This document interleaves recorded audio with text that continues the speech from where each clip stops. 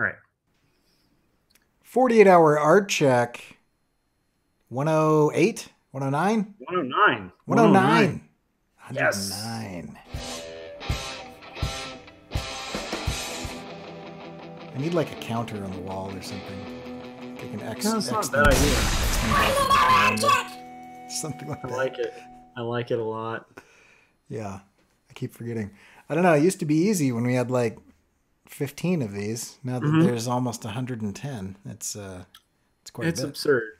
Yeah, it's crazy. We're creeping towards 200 already. So, Yeah. yeah. So we're doing this a little later. Once again, we try to do this. The main goal of this is to keep ourselves accountable. You guys can join in too in doing this, but the idea is doing this. You know, every 48 hours, checking in to make sure we're working on our personal projects. Every once in a while, our personal lives interfere with being able to do the thing. But the nice thing is, even between that, we kind of check in on each other and we make sure we're kind of staying with the work. And so most of us, like Cory and myself, we post a lot of our progress anyway on social media. So anyhow, but we're doing it later on a Sunday. So yeah, but we're still doing it. So Yeah. let's dip into it, and then I think tomorrow's will be really interesting because our progress will be a day, which I always find fascinating. Yeah. Do you have tomorrow off work? No, I don't think so, but I keep hoping that I'm going to drive to work and find out I don't have work. That would be amazing, but I'm pretty sure I actually have work tomorrow. Okay. Cause yeah, cause they, cause school's out. So I don't know everything. So I might, I don't know. We'll see. I guess we can get into that, but yeah, I'll have more than a normal day, I think, but also family time. So Sounds lovely. yeah. Okay. So, Josh, what did you get done in the All right. last few days? So I finished the rough pencils for the next page of quarterly stories, and as well as the type pencils for the first panel, and I'm halfway through the type pencils for the second panel. So I'll definitely be able to show that tomorrow when we do our art check. And then I got about three more panels penciled for the Dragon comic, and I'm hoping to pencil two tonight, and that should have me caught up. So because if you guys backtrack and look at our last one, we were, I think, both a little exhausted and down, Yeah. and and a little behind, and I do feel a little bit back, momentum wise, but I'm still not quite where I'd like to be. Yeah. Yeah. That, I love watching both of these pages develop at the same time because you have your kid playing with a dragon trying to teach him, right and wrong, and then the other page is this kid teaching you how to swear as a kid. The juxtaposition of those just cracks me up.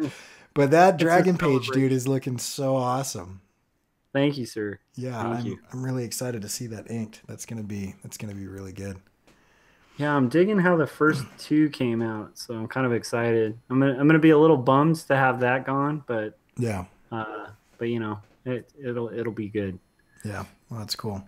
For me, I have I believe 3 days of sticker stint since last we met. Yes. So I've got whatever this monstrosity is, and then I've got my war tortoise, and then I've got my melting cassette tapes, and then I've made some progress on this page, and it's probably like speeding by too quickly to tell, but so I've inked Ahab and the Satyr Cook and the dwarves and the drogers and a mermaid and the siren since then. So I've I love got it. almost the whole right side of the page done, and then let's see, I've got two more cameos, and then the background, and then the ship. So I love it. pretty Cool. good progress, I guess. Yeah, I would say so. I really, man, even that, it's like a full metal tortoise. I Yeah, love right. it. That's what I should have called it. Dang it. And the melt. It's not too late to change the name. The melting tapes too are really cool, and I think that's that's really good thinking. So I Yeah, love it. I did a thing on Twitter and Instagram and YouTube asking people which color they liked, and it was pretty interesting. most people tend to gravitate towards color, but I really like the black one the best. And actually, the poll on Twitter, that's the one that's leading out. And then on Instagram, the more colorful ones are doing better. So I wonder if it's like an Nice. audience thing or what, but it's like kind of fascinating to watch people weigh in on that. That is fascinating. I'll weigh in on the red because I feel like the retro kind of color palette on that is working the best. Cool. Yeah, that's Yeah. awesome. So That is how interesting. It's always fascinating to see what people have to say about color, you know? right. Yeah, it's super subjective, you know. I mean, Yeah. there are rules, Yeah. but then you know everybody has different style, and everybody wears. I don't know. When I'm talking about this in class, I always say, look around you. Everybody in this room thinks they have good style, Yeah. you know, and that's you know you just look at the way people are dressed, and some people are like, yeah, I'm down with that, and other people are like, no, that looks really dumb, and yet none of them are really right or wrong. It's just Yeah, different. although I have found that like one of the best questions to ask students is if they would wear the color palette they drew in. Oh, And a lot of the times they'll say no. And you're like, well, that's why it's not working because you got like a you got like black and navy, right. like colors you wouldn't wear together. Yeah. Um, Yeah, you know, would you wear pants that color with a shirt that other color? Well, no, that wouldn't exactly. work because they'd clash. Okay, Yeah. there you go. Yeah. Yeah, So that's funny. that is a good tip. It's like while it's subjective, like there are general things that people wouldn't wear because they just wouldn't look like the Right. two colors wouldn't work together, and that's generally a good rule of thumb for your own like colors and stuff. But Yeah. as long as it's kind of like harmonic and the colors like the values are working, colors are working, then it gets into subjectivity. Yeah. I love it. So Um, how about challenges? Challenges. My challenges are not bad challenges. It's just a really busy week with a lot of family stuff. I went bowling and I discovered that a 5-year-old kid can beat you up. Like, my niece kicked me in the shin with a bowling shoe, and like I have a big cut on my shin from it. She didn't mean to. She just like kind of thought it was funny at first, and I had to explain to her that kicking people's not cool. But yeah, that put me out for like the rest of the day. um, and then today we went to like a long distance to kind of see Benji's grandpa, and he had a good time and stuff. And he was a trooper. He's a trooper. I realized like he's a little roady. Like that kid is going to be taking a lot of road trips, I think, when he's older because he's like really behaved in the car. Oh, But that's cool. but man, like just long trip. And now I'm playing catch up today to Yeah. kind of try to get my days working. How about you? Challenges? I had a picture of this, but I forgot to load it in. But I was planning on getting a ton done yesterday because I was a little bit behind on the inking. And my wife we've got a sick kid, and she's pretty miserable, and she's doing a little bit better today, but she was like down and out. And so I was like, Oh, okay, she's gonna be in bed. You know, Malia's gonna take Maddox shopping, so I'll have like all day. And then my buddy called me up and said, "Hey, I've got time to help you with your snowblower." I was like, "Okay." So really good, and I'm not complaining because it's awesome because my yeah. snowblower works now. But like, you know, he and I disassembled the snowblower and like cleaned out the carburetor and like got it running again. You know, and by he and I mean I stood there and handed him tools and kept him company in my garage while he did stuff because you know I don't know what's going on. So I'm like, "Hey, dude, I pull that thing I'm supposed to pull and it doesn't start." He's like, "All right, well, that's as much technical expertise as I have when it comes to engines." And so anyway, so we got that going, but it took all day, and so that was Oh, yeah. Anyway, but I have tomorrow too, so but it was good. nice. But I mean, it's one of those things like it sucks that I lost like half a day, but also that's gonna save me a ton of time because Yeah. now you know my engine, my gas powered giant snowblower can do my driveway and walk rather than doing it by hand with the shovel. Yeah. So hopefully that saves some time in the long run. I don't know. It's been dumping buckets of snow. I mean, it's been like snowing nonstop for like a week. So Oh man. I don't know how you do it. Yeah, I've got a berm of snow that is probably about 4 feet high on the sides of my driveway. So it's crazy. Unbelievable. Yeah. Our minivan couldn't make it out of her driveway, and I had to knock down this chip into this thing. Anyway, it's a long story. But yeah, so the snow and the sick and the repairs and stuff have been frustrating. But No, that makes perfect sense. We have relatives who live in Utah, and they have a driveway, and their garage is like a basement type garage, yeah. and so just that driveway is just like slick as it's just an ice slick, like Oh, to and get in that's, there yeah. anytime. My wife's gonna be heading up there like probably next month, and like the driving's just gonna be Yeah. gonna be a challenge, I'm sure. All that snow. That's Uh, crazy. We got Pepper and Squatchy Ink in the chat. How you yeah. guys doing? Hey guys, how you doing? Hope the hundreds is treating you well, and Dude, they're Squatchy. I hope the inking and drawing is rocking. throwing down some sick stickers, guy. You should check it out. Oh, I can't wait. Yeah, it's good stuff. So how about plans? What are your plans for the next 24 hours, I guess, instead of 48? All right, so my plans are pretty much I need to pencil 2 panels tonight and hopefully tomorrow. By the time we art check, I don't know if I'll have it done, but by the end of the day tomorrow, before I go to sleep, I'd like to have 3 panels of the dragon comic penciled, and then I really would like to be finished with the tight pencils on this page of quarterly stories, and hopefully like be at the point where I'm ready to kind of start the inks on it. So yeah. Cool. What about you? Uh, do one more sticker. Mm-hmm. I need to get back on putting out videos. I didn't put out a video yesterday, so I doubled up today. And then I'd like to finish all the cameos. So I've got the Lilla 2 pilot and the Silkies and Brunies to ink. I'll ink those by tomorrow and get a sticker done. I might be able to get more done, but it kind of depends like how family stuff goes. So Yeah. Yeah. yeah. Cool. Well, Yeah. I'm excited. I'm excited to see it. I'm excited to see Sticker Stint just kicking out results, which is awesome. It's cool. There's a ton Um, of people jumping in. The last time I did it, a bunch of people said that they would jump in, and then most of them bailed or didn't even start. And now there's like it's rad. Like there's this whole group of people that are doing all this cool stuff. And so yeah, you should check it out. There's awesome. It's awesome that people are doing it. So some people are doing yeah. like type-based stuff, and some people are doing like illustration stuff, and it's pretty rad. Awesome. Yeah. I really want to go down that rabbit hole. I've like we'll be talking about it for our topic, but I've been going on this automation rabbit hole lately, Yeah.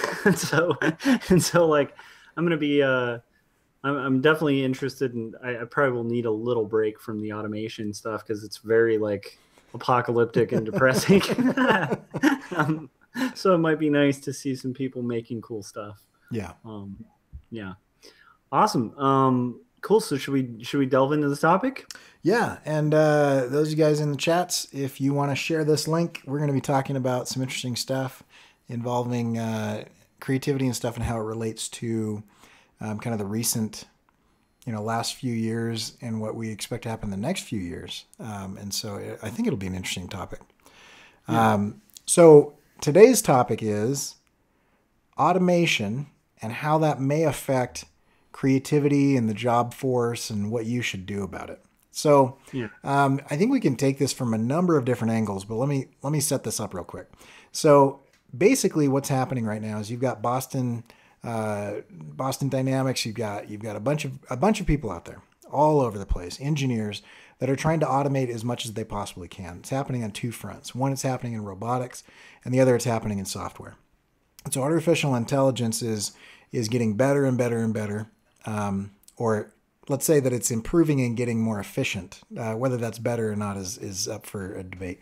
But they are doing interesting things like taking AI and pitting it against other AI, and one AI is trained to deceive, and the other AI is trained to try to figure things out. And so you have AI that are trying to trick each other, and then they both learn from doing that. You've got kind of the deep learning mechanism, which is being called into question, but has been the main force for that. And that's just brute force information. So you just take something, you set it loose on the internet, and it just looks at hundreds of thousands of things and starts making choices based on that.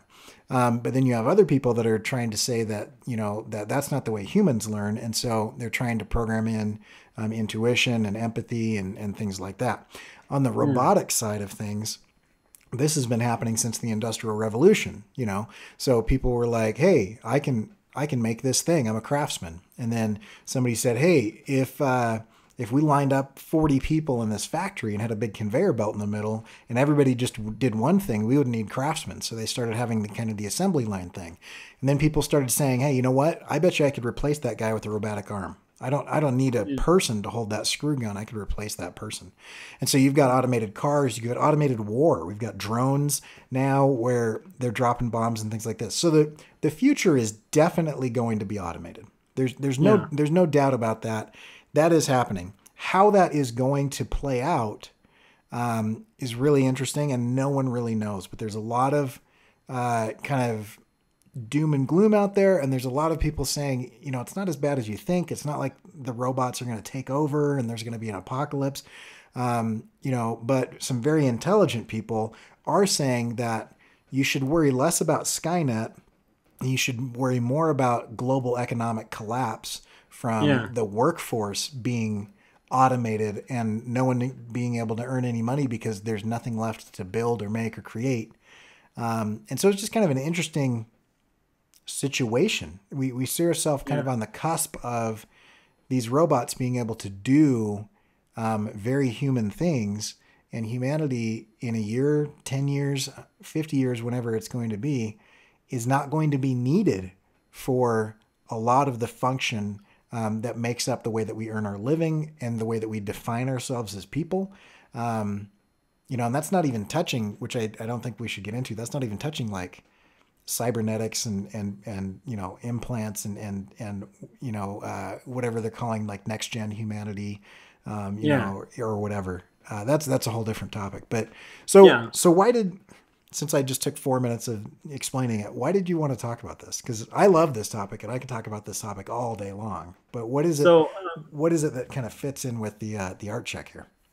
So I'm just starting this book called The War on Normal People by Andrew Yang, and it's just addressing things that are less kind of futuristic and dystopian and more just things within the next 4 years of a horizon.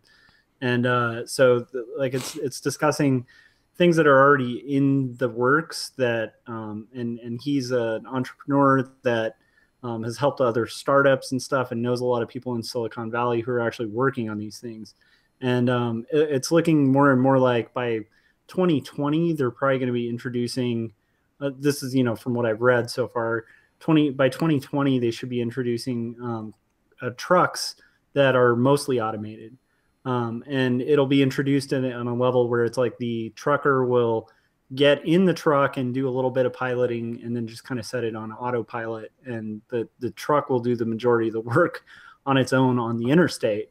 In an interstate system where there's less components and variability, so it's easier to automate, and then maybe take the wheel once it gets into like a downtown area. But then from there, it's actually going to phase out to people dialing into those trucks, and then eventually just basically maybe one remote operator handling like 20 different trucks. And this is something like within the near future, just with trucks. But it doesn't just stop with trucks. It's like it's going to be affecting surgeons, where basic surgery, especially surgical research and data, like a computer is much better at analytics of like, a billion different surgeries that have existed in the past and being able to analyze statistics and probability rates. And so a lot of that's going to be automated. Surgeons will at some point very soon be able to just like dial in and do surgeries all over the world. Yeah.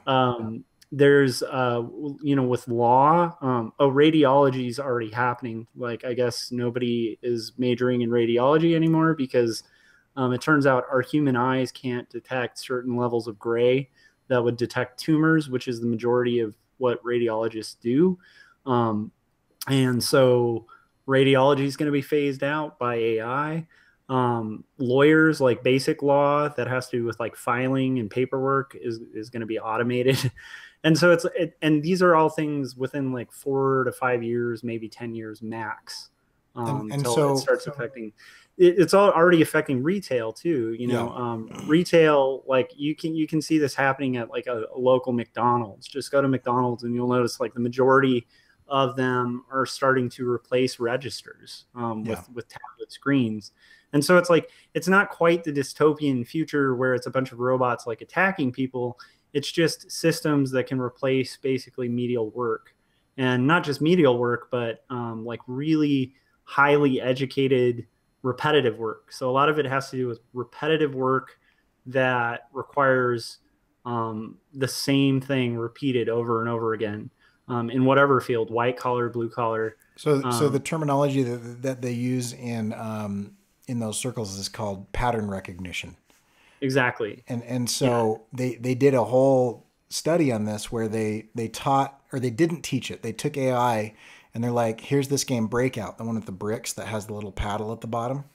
And Yeah. it was really interesting because they got super excited because the game figured out the rules itself and started playing, and then started doing it, things that a human would do, intuitive things that a human would do, where like you break a single column and then you throw the ball up to the top to let it bounce around.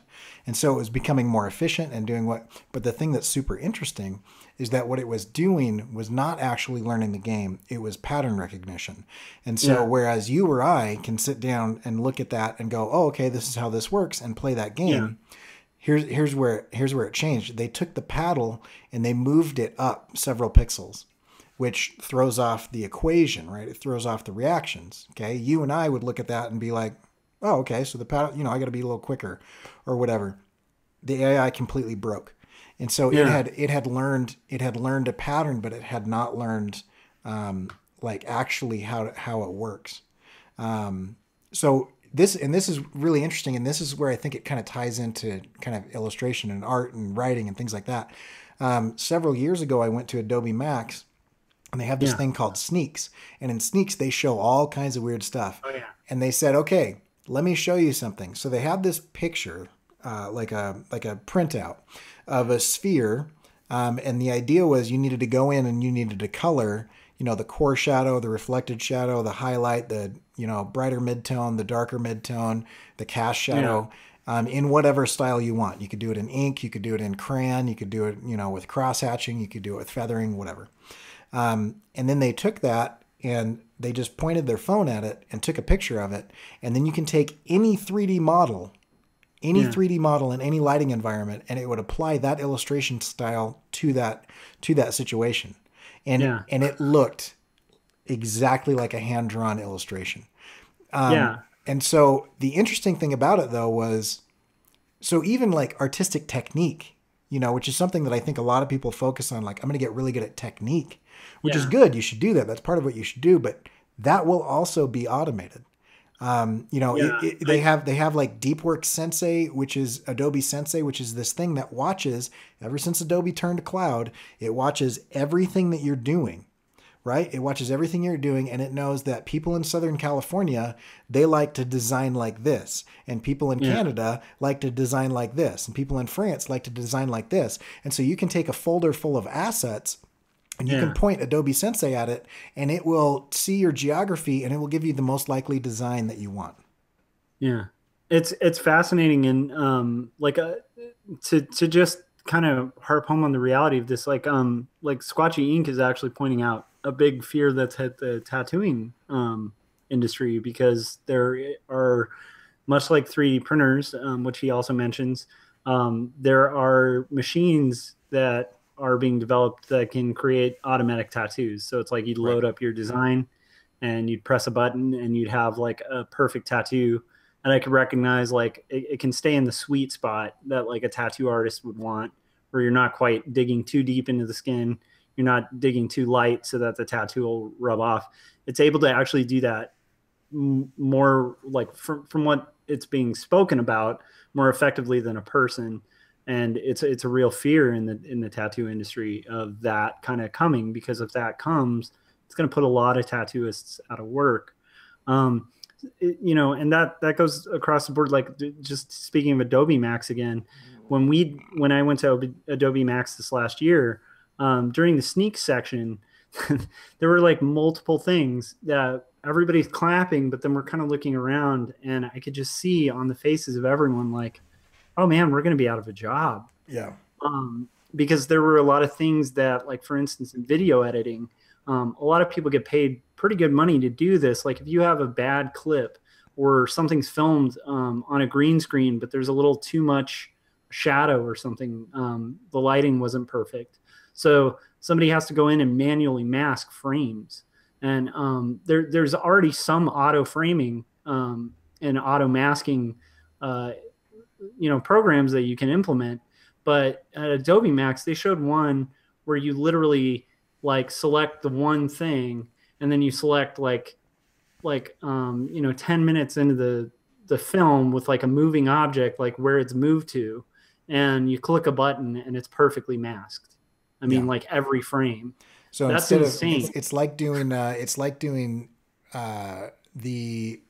this is several years ago, because there's another whole industry that used to meticulously, and you still need some of this, but meticulously mask out photos for catalog work and things like that, and compositions and stuff like that. And now you've got like subject recognition, you've got background content aware fill, and now they're applying that technology, which used to be fairly time intensive on a still image, to video, which is like multiple images, but it's basically like live video content aware fill, where you can be like, I don't want those footprints in the sand, so as he creates them, delete them, and the video goes and does that for you. Yeah, and it reacts to live footage, which is frightening. The other thing is, like, even animation, a lot of animation's being automated, so that they haven't perfected the technology yet, but so that as you're talking, like, it perfectly syncs a mouth to a 3D model. And these things, like, are not fantasies. They're not far out realities. These are things that could be implemented like next year. Even filters have gotten more sophisticated to where it's harder and harder to tell, like, whether it's a filter or a drawing. And as these things, as these things improve, I think we're going to have to kind of cap this like a little short and just maybe make this a topic that we can continue on for a long time, because I think Cory and I are both really interested in it. But like, to me, what's fascinating that is very difficult for a machine to do is like conceptual thinking. And so, like, a lot of where the future in art is going to be, I think, resting on a few things. I mean, I think, for one, there are certain foundations in art that, no matter how great programs get, will not change depending on the software. So that kind of frees you from the software trap, because the software trap is a bad one. Cory and I are both probably of the same age to where we knew some guys when we probably first got into art or entered professional careers who were like quark experts. And that was their thing. They were like the quark guy. Yeah. And they didn't adapt. They didn't know anything outside of quark. They didn't actually know the fundamentals of design outside of quark. So when quark changed to InDesign, there were a lot of guys just out of a job who had a specialty in a software.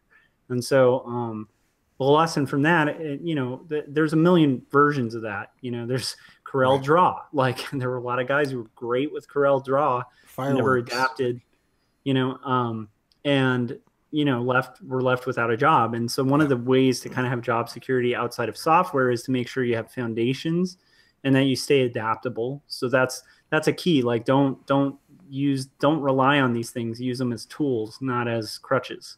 Because that's gonna save you from, when the crutch gets kicked out, falling. Yeah, there are two main things that I think everybody needs.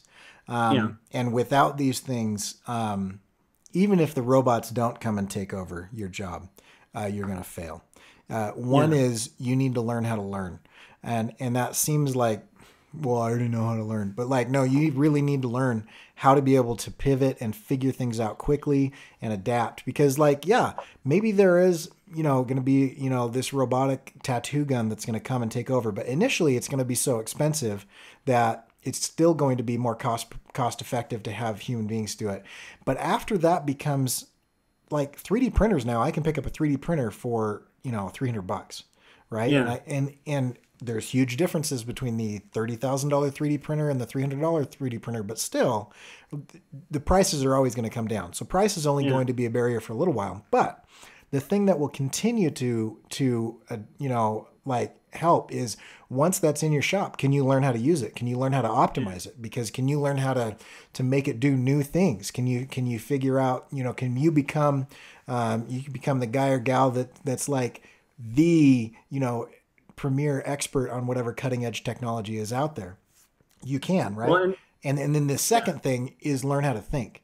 And this is Yeah. what you were talking about, Josh. This is super important. I think this is probably the key to survival for humanity and for individuals is that computers can't think. They can do pattern recognition. They can do data analysis. They can they can kind of mirror what they see happen. Yeah. They can problem solve, but they can't think. And so thinking is super important. You were talking about concepting, and so Yeah. like for example, the technique that of inking or coloring or whatever it is that can easily be mimicked by a computer, but the content that is created cannot be easily mimicked by a computer if that content is going to be coming from thought processes. So are computers going to be able to write Hallmark movies? Probably, right? Minute 52 this happens or whatever. But like, Formula. yeah, there's a formula, there's a pattern, and you switch out people's, you change a situation. I mean, throw in some kind of random number generators on a list of like whatever Mhm. situation is going to happen on whatever holiday. That's not going to be super hard, Yeah. right? Like the But sickness that the potential, like one of the main characters' children has. Like just swap it out and right. Yeah, exactly.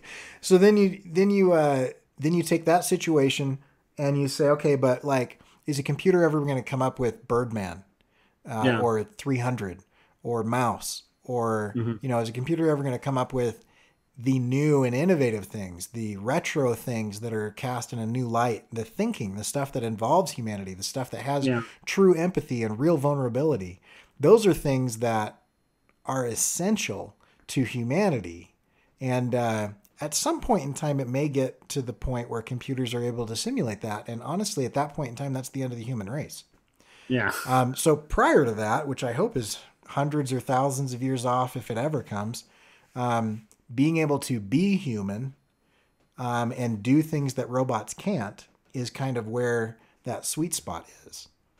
Yeah. And I think this ties into one of the primary reasons like I started using like mimicked hand lettering, like I'm not 100% traditional with it. I use a lot of digital in the initial stages, but I like my final thing to be a human line. And part of that is something to keep in mind about humanity that's also cool is humanity makes flaws, man. We Yeah. screw up. Like we make these little mistakes. And it's interesting because even in recording, a lot of recording artists still use reel to reel.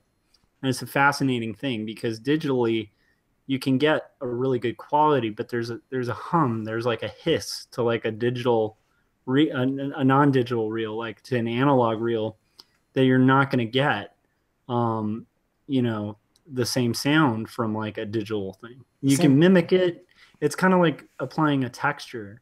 Like you can apply a texture to a font, but there's something about kind of the uniqueness and the individuality of like if I were to take like a typewritten, you know, word and go outside and like let it sit in the rain and scuff it up, screw it up, and then scan it. Yeah. Something there's something about that mark that makes it very human and relatable and kind of evergreen. And so what I'm getting at as an artist is like for my own personal work, I tend to try to lean into um, traditional stuff, because I think that there's a uniqueness to it, and I think there's a uniqueness in the flaws, and that's what I'm getting at. So I think sometimes as artists we're so worried about our flaws, we're trying to strive towards perfection. But I do think there's something unique about flaws that you're not going to see with like a filter. Like sometimes filters are very effective, but they're like too effective, like they look fake Yeah. because of the lack of flaw um, in them. And so there's something cold and kind of machine like about it, almost like a synthesizer trying to be an orchestra. And so it's an interesting thing, and it's definitely one of those things I guess we could delve into forever. But I do think leaning into flaw is good, and I think critical thinking is key because of the fact that a computer, like the kinds of jobs that we outsource right now, a lot of those jobs are going to be automated, you know, um, and a lot of those jobs are very much like rote learning kind of things. Like, Yeah. step one, do this. Step two, do this. Step three, do this.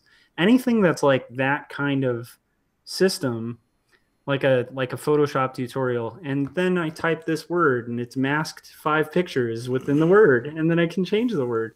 And you follow those 10 steps on the tutorial, and wow, I've learned that same thing.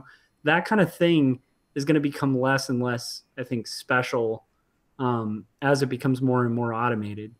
But the ability to critically think, to think on your feet, to kind of adjust, to adapt, when that, bringing back to your analogy, Cory, or actually your example, not analogy, of the game with like the paddle, where you move the paddle up. Yeah. The nice thing about human beings is like when you move the paddle up, like we can actually have a point where we stop, we problem solve, like we kind of come up with solutions. We think outside of the box. Yeah. And so I do think that's something to lean into. And I think also just reapproaching our own philosophies as to like what gives us value is a good thing too. Considering these things. The thing I instantly think of with a tattooist is like, while you might have a tattoo machine, I don't know if that's going to be able to replace like the seasoned tattoo artist who's got a specialty and will freestyle a completely improvised tattoo on you. There's something about that that's a lot more unique than the tattoo artist who, which I think a lot of tattoo artists want more of that kind of work. But I think a Right. lot of the main work is like, hey, I've got this picture of a butterfly. Can you put this on my arm? Like, Yeah. or can you put this on the small of my back? As opposed to like going to a tattoo artist and being like, hey, you're really amazing. Do your thing, do your thing, and like put some art on my arm, Yeah. like that's Right. that's two different approaches. And I think the guys who are kind of phoning it in, and their only ability is to kind of take like a stock image and trace it onto somebody's arm, I think those will be the first artists within that group to really suffer, Sure. because those are the guys, I think it's equivalent to the Quark guys, where it's like those are the guys who they have their system and they have their rigid way, and they're really reliant on the tool rather than the brain behind the tool. Yeah. And once the tool gets replaced, their job's going to be really tight. But I think for the guys who are kind of outside of that and are approaching it as artists, I think a lot of those guys will be very secure. That's my suspicion, Mm-hmm. you know. But Yeah. it's interesting because you're right. At some point, even that might catch up. But I think that's a much further future than the one we can see right now happening, which is like most stuff that's rote learning is automated, you know? Right. Yeah. And I mean, And Squatchy, who's a tattooist, said exactly they will fade out like a fart in the wind.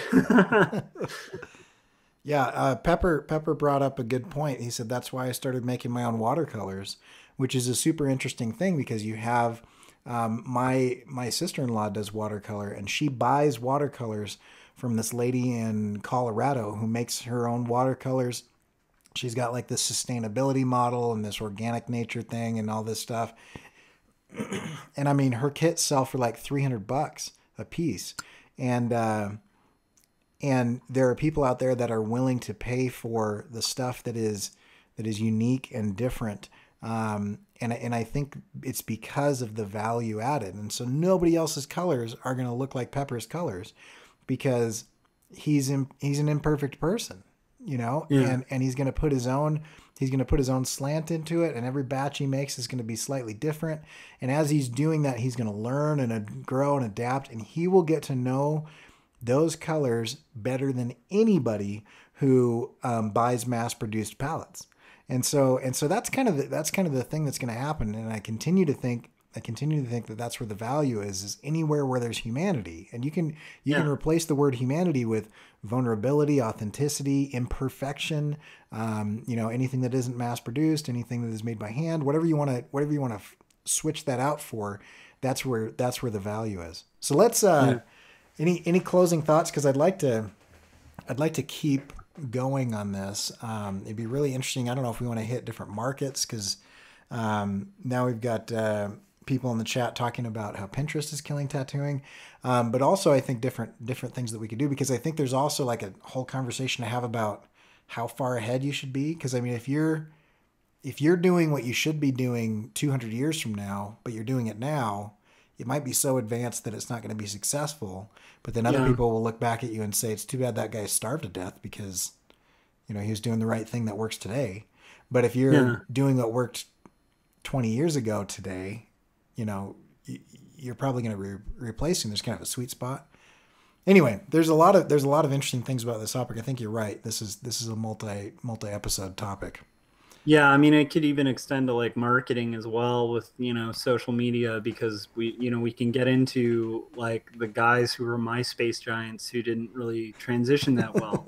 So like, you know what I mean? Like there's a million places we can take this topic. And I think it's kind of an important one, because I think that this is an urgent issue. And what I don't want us to be, I'm just going to bring us back to that example of the McDonald's that we're all seeing. I don't know if it's hit every state yet, but I know it's hit California. So by my work, there's a McDonald's that, I guiltily will eat at, like when I forget my lunch, or like once every 4 months or something. And I remember being there when they were installing that machine, and all the cashiers were just elated and talking about how great it was going to be, how it was going to make their jobs easier. And I was sitting there quietly thinking, you guys aren't going to have jobs. Like, you don't understand, like you don't understand what this means. Like, that is not a good thing for you, because it's literally, that is your job right there. And it's going to phase out. They're going to need less of you. And that's what that means. Yeah. And I don't think they acknowledged or knew the signs, even though it was being installed right in front of their eyes. And so what I'm getting at is that Adobe Max thing is us. Like, right. And it is being installed right in front of our eyes. And so I don't want us to be the blind employees who's like, well, that's not going to affect our industry, because it totally is. Right. It's already affecting our industry. It's already kind of putting a lot of people out of work. Digital coloring put a lot of traditional colorists and cell shaders and stuff out of work. And this will continue. And so there's ways and methods that you can approach it. And I think we're going to dip into that as a topic for a while, because I do think it's really fascinating. Plus, this book's really fascinating. So hopefully I'll get some more insights as I get further in it. But Cory's always talking about this, and he's always harping on the idea of doing things that robots can't. And I think that maybe we'll just call these series like "Do Things That Robots Can't," part 1, 2, 3, 4, however long it goes. So if you guys have any interest in this, let us know in the chats, or in the message. Leave a comment. So like if you have any regarding it, like it's something I'm just thinking about. I think we'll be thinking about it for a long time. But let us know if there's any particular angle you'd like us to take. And really, honestly, thanks to everybody who showed up in the chats, because like, dude, Squatchy, like you bringing up tattooing, I had completely, until you brought it up, like forgotten that I just literally listened to a podcast like a week ago where a tattoo artist was talking about the fear of that in their industry, and I wouldn't have even thought to bring it up. So like, once again, your guys' contributions to our discussions are like awesome. They make them 20 times better. So, yeah, absolutely. So if you want to check out the podcast, go to corykerr.com/48hr. You can always find my stuff at CoryKerr.com, and I'll, if you wanted to, or were slightly interested in jumping in on the sticker stint and haven't started yet, jump in. Even if you're a few days late, don't beat yourself up. Just jump in and start doing it today, because it's a cool group of people, and it's going to get big. And being involved in the ground floor, I feel like that's gonna be a big deal. So jump in on that, because it's really rad. If you want to check out Josh's stuff, go to quarterlystories.com and make sure to follow him on Tapas, which is a mobile app that you can download on Android and iOS. And go subscribe to Quarterly Stories on there, and all that jazz. All right, so I did a video talking about several of these things, so go check that out on my YouTube channel. You're on Josh's YouTube channel now, so remember to hit that thumbs up button, because that like helps the algorithm and all that jazz. Sharing the video helps, and commenting in the video, and everybody in the chat is super awesome, because all that stuff just helps to like get the word out on the stuff. You guys rock, man. I hope you had a good weekend, and we will see you tomorrow. Yes. Bye.